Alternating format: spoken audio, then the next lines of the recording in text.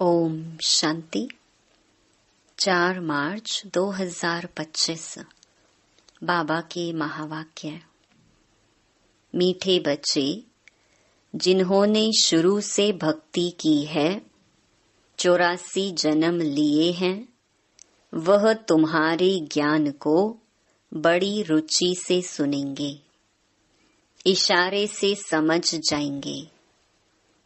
प्रश्न: देवी देवता घराने के नजदीक वाली आत्मा है या दूर वाली, उसकी परख क्या होगी?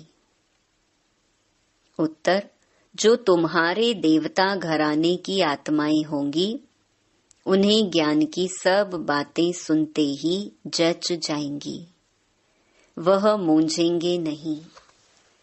जितना बहुत भक्ति की होगी, उतना जास्ती सुनने की कोशिश करेंगे।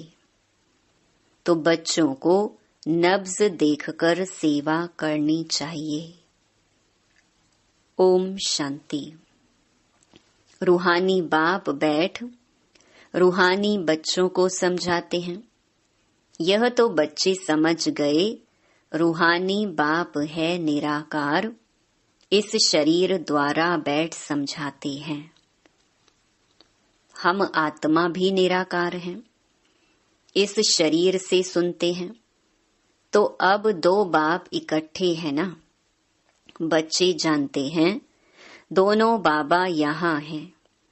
तीसरे बाप को जानते हो, परंतु उनसे फिर भी यह अच्छा है, इनसे फिर वह अच्छा, नंबरवार है ना।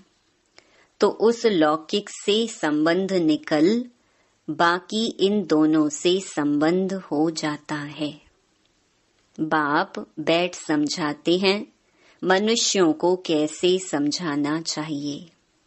तुम्हारे पास मेला प्रदर्शनी में तो बहुत आते हैं, यह भी तुम जानते हो, 84 जन्म कोई सब तो नहीं लेते होंगे। यह कैसे पता पड़े यह 84 जन्म लेने वाला है या 10 जन्म लेने वाला है व 20 जन्म लेने वाला है?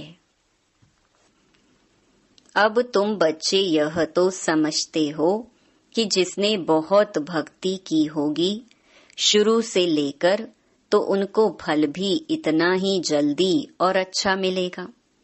थोड़ी भक्ति की होगी और देरी से की होगी, तो फल भी इतना थोड़ा और देरी से मिलेगा।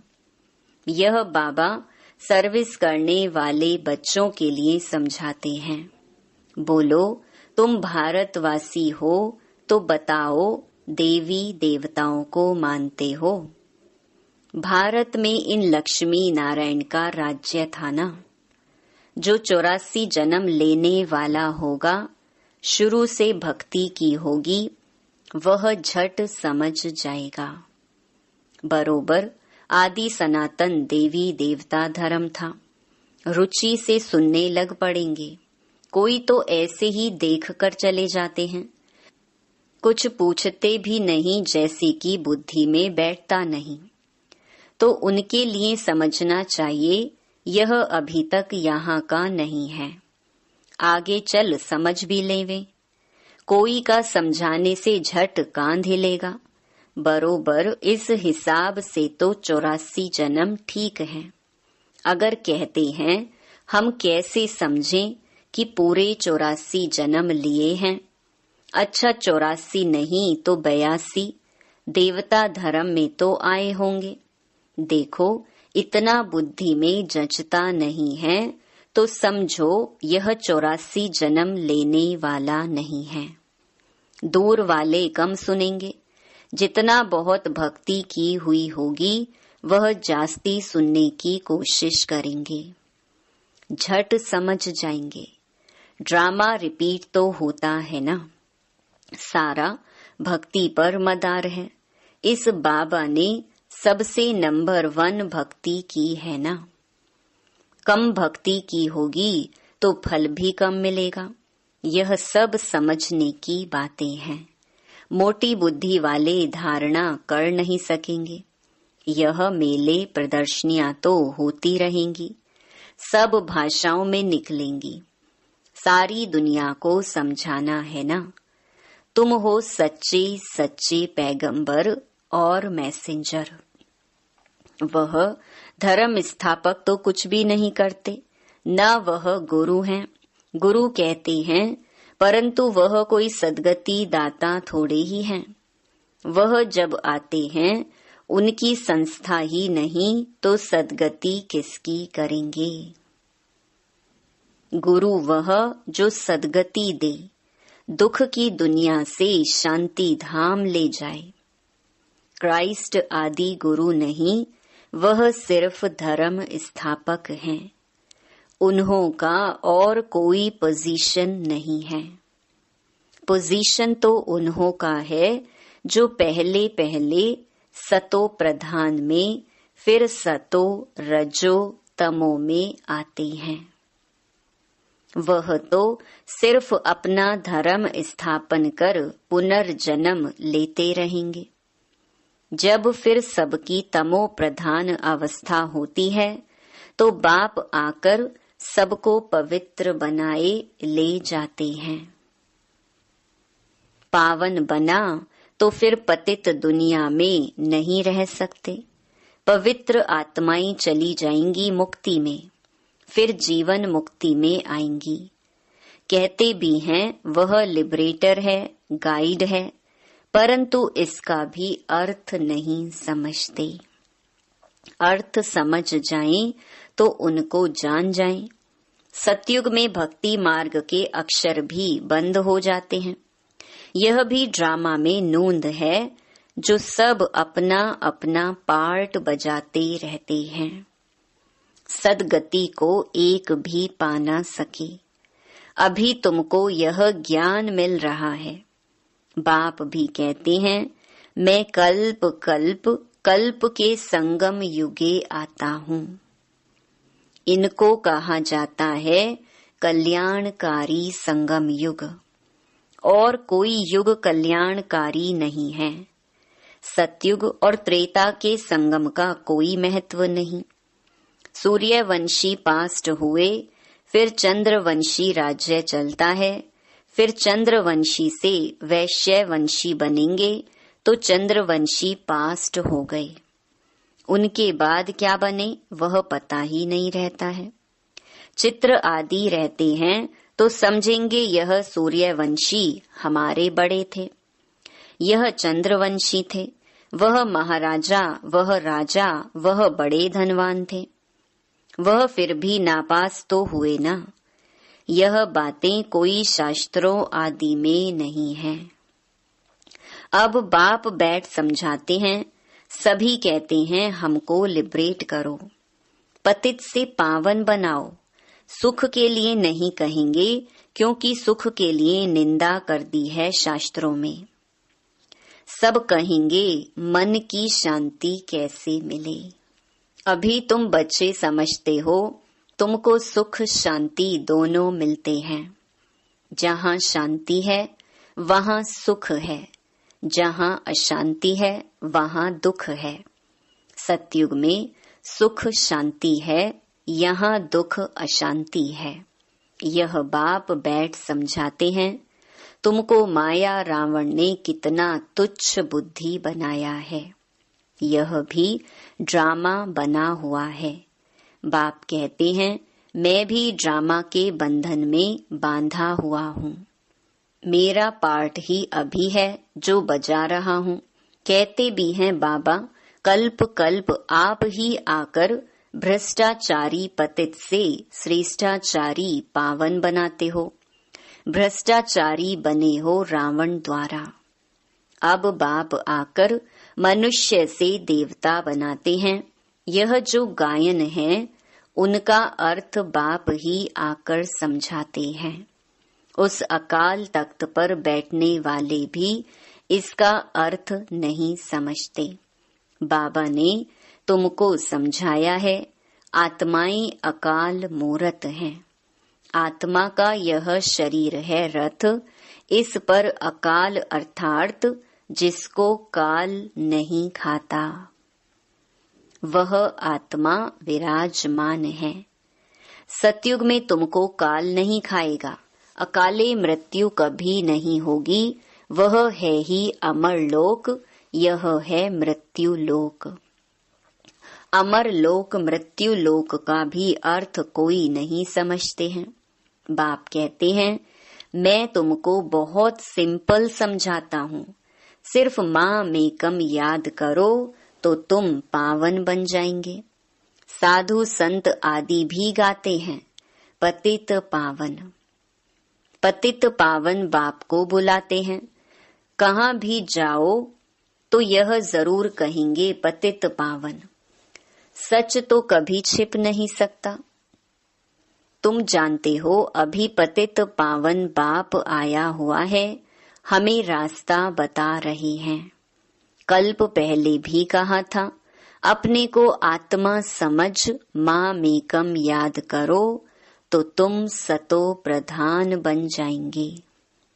तुम सब आशिक हो मुझ माशूक के।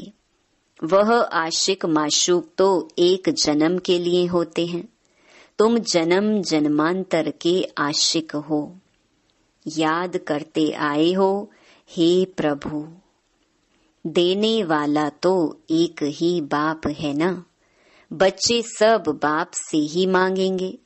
आत्मा जब दुखी होती है तो बाप को याद करती है। सुख में कोई याद नहीं करते, दुख में याद करते हैं, बाबा आकर सद्गति दो। जैसे गुरु के पास जाते हैं, हमको बच्चा दो। अच्छा बच्चा मिल गया तो बहुत खुशी होगी, बच्चा नहीं हुआ तो कहेंगे ईश्वर की भावी। ड्रामा को तो वह समझते ही नहीं। अगर वह ड्रामा कहे तो फिर सारा मालूम होना चाहिए। तुम ड्रामा को जानते हो और कोई नहीं जानते, ना कोई शास्त्रों में ही है। ड्रामा माना ड्रामा, उनके आदि मध्य अंत का पता होना चाहिए। बाप कहते हैं, मैं 5-5 हजार वर्ष बाद आता हूँ। यह 4 युग बिल्कुल इक्वल हैं। स्वास्तिका का भी महत्व है ना। खाता जो बनाते हैं तो उसमें स्वास्तिका बनाते हैं, यह भी खाता है ना। हमारा फायदा कैसे होता है, फिर घाटा कैसे पड़ता है। घाटा पड़ते पड़ते अभी पूरा घाटा पड़ गया है। यह हार जीत का खेल है। पैसा है और हेल्थ भी है तो सुख है, पैसा है हेल्थ नहीं तो सुख नहीं। तुमको हेल्थ वेल्थ दोनों देता हूँ तो हैप्पीनेस है ही। जब कोई शरीर छोड़ता है तो मुख से तो कहते हैं फलाना स्वर्ग पधारा, लेकिन अंदर दुखी होते रहते हैं। इसमें तो और ही खुश होना चाहिए। फिर उनकी आत्मा को नरक में क्यों बुलाते हो? कुछ भी समझ नहीं है। अभी बाप आकर ये सब बातें समझाते हैं, बीज और झाड़ का राज समझाते हैं। ऐसे झाड़ और कोई बना ना सके। यह कोई इसने नहीं बनाया है, इनका कोई गुरु नहीं था। अगर होता तो उनके और भी शिष्य होते ना। मनुष्य समझते हैं इनको कोई गुरु ने सिखाया है, या तो कहते परमात्मा की शक्ति प्रवेश करती है। अरे परमात्मा की शक्ति कैसे प्रवेश करेगी? बेचारे कुछ भी नहीं जानते। बाप खुद बैठ बताते हैं, मैंने कहा था मैं साधारण बूढ़े तन में आता हूँ, आकर तुमको पढ़ाता हूँ। यह भी सुनते हैं, अटेंशन तो हमारे ऊपर है। यह भी स्टूडेंट है। यह अपने को और कुछ नहीं कहते। प्रजापिता सो भी स्टूडेंट है। भल इसने विनाश भी देखा परंतु समझा कुछ भी नहीं। आहिस्ते आहिस्ते समझते गए, जैसे तुम समझते जाते हो। बाप तुमको समझाते हैं, बीच में यह भी समझते जाते हैं, पढ़ते रहते हैं। हर एक स्टूडेंट पुरुषार्थ करेंगे पढ़ने का। ब्रह्मा विष्णु शंकर तो हैं सूक्ष्म वतन वासी, उन्हों का क्या पार्ट है यह भी कोई नहीं जानते। बाप हरेक बात आपे ही समझाते हैं। तुम प्रश्न कोई पूछ नहीं सकते। ऊपर में है शिव परमात्मा, फिर देवताएं, उनको मिला कैसे सकते।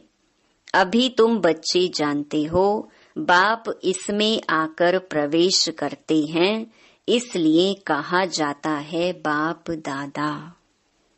बाप अलग है, दादा अलग है। बाप शिव, दादा ब्रह्मा है। वर्षा शिव से मिलता है इन द्वारा। ब्राह्मण हो गए ब्रह्मा के बच्चे। बाप ने एडॉप्ट किया है ड्रामा के प्लान अनुसार।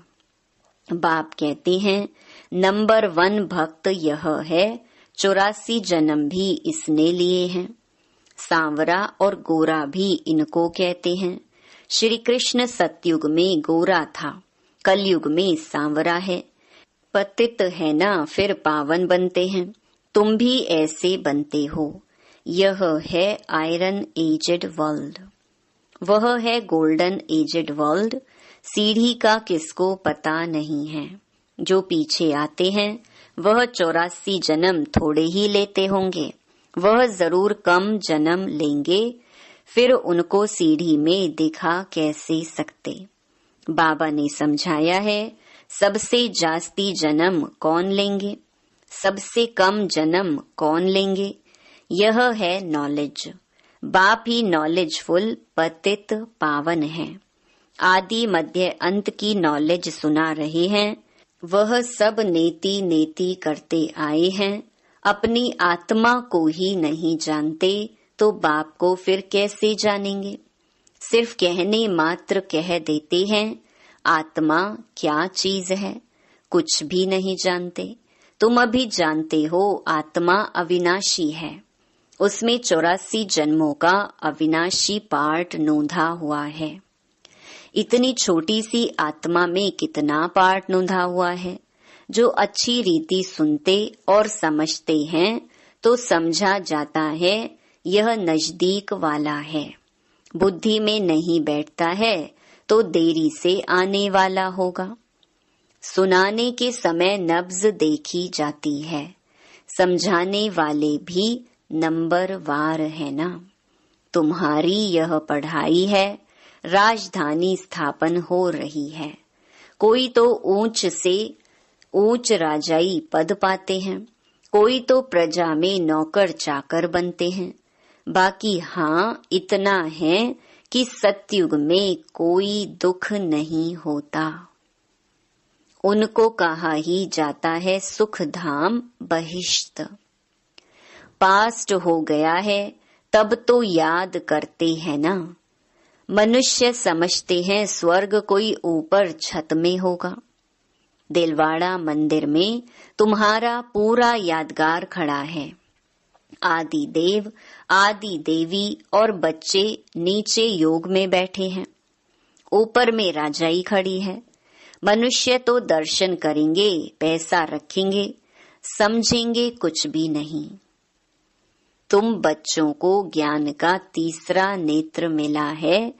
तुम सबसे पहले तो बाप की बायोग्राफी को जान गए, तो और क्या चाहिए। बाप को जानने से ही सब कुछ समझ में आ जाता है, तो खुशी होनी चाहिए। तुम जानते हो अभी हम सतयुग में जाकर सोने के महल बनाएंगे, राज्य करेंगे। जो सर्विसेबल बच्चे हैं उन्हों की बुद्धि में रहेगा। यह स्पिरिचुअल नॉलेज स्पिरिचुअल फादर देते हैं। स्पिरिचुअल फादर कहा जाता है आत्माओं के बाप को। वही सदगति दाता है, सुख शांति का वर्षा देते हैं। तुम समझा सकते हो यह सीढ़ी है भारतवासियों की, जो 84 जन्म लेते हैं। तुम आते ही आधे में हो, तो तुम्हारे 84 जन्म कैसे होंगे। सबसे जास्ती जन्म हम लेते हैं। यह बड़ी समझने की बातें हैं। मुख्य बात ही है पतित से पावन बनने लिए बुद्धि योग लगाना है। पावन बनने की प्रतिज्ञा कर फिर अगर पतित बनते हैं तो हडगुड़ एकदम टूट पड़ती है, क्योंकि 5 मंजिल से गिरते हैं। बुद्धि ही मलेच्छ की हो जाएगी, दिल अंदर खाता रहेगा, मुख से कुछ निकलेगा नहीं। इसीलिए बाप कहते हैं खबरदार रहो। अच्छा, मीठे मीठे सिकीलधे बच्चों प्रति मात पिता बाप दादा का याद प्यार और गुड मॉर्निंग। रूहानी बाप की रूहानी बच्चों को नमस्ते। धारणा के लिए मुख्य सार। पहला, इस ड्रामा को यथार्थ रीति समझ माया के बंधनों से मुक्त होना है। स्वयं को अकाल मूरत आत्मा समझ बाप को याद कर पावन बनना है। दूसरा, सच्चा सच्चा पैगंबर और मैसेंजर बन सबको शांति धाम सुख धाम का रास्ता बताना है। इस कल्याणकारी संगम युग पर सभी आत्माओं का कल्याण करना है। वरदान, बाप और सेवा की स्मृति से एकरस स्थिति का अनुभव करने वाले सर्व आकर्षण मुक्त भव। जैसे सर्वेंट को सदा सेवा और मास्टर याद रहता है, ऐसे वर्ल्ड सर्वेंट सच्चे सेवाधारी बच्चों को भी बाप और सेवा के सिवाय कुछ भी याद नहीं रहता। इससे ही एकरस स्थिति में रहने का अनुभव होता है। उन्हें एक बाप के रस के सिवाय सब रस नीरस लगते हैं। एक बाप के रस का अनुभव होने के कारण कहाँ भी आकर्षण नहीं जा सकती। यह एकरस स्थिति का तीव्र पुरुषार्थ ही सर्व आकर्षणों से मुक्त बना देता है। यही श्रेष्ठ मंजिल है।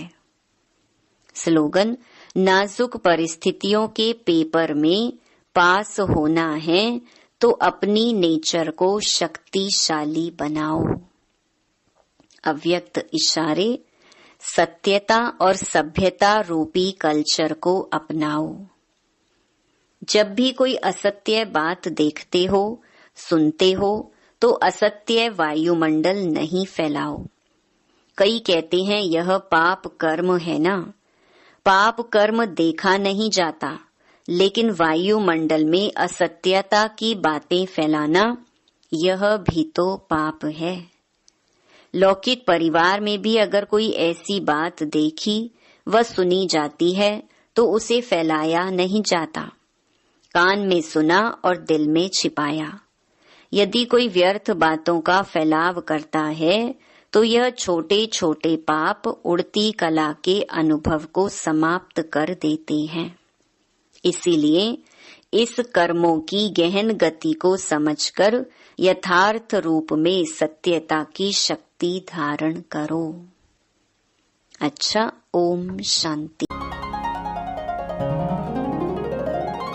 दिलों का सहारा बाबा है हमारा, दिलों का सहारा बाबा है हमारा। घर ले जाने आया है दोबारा, घर ले जाने आया है दोबारा। दिलों का सहारा बाबा है हमारा, दिलों का सहारा बाबा है हमारा। घर ले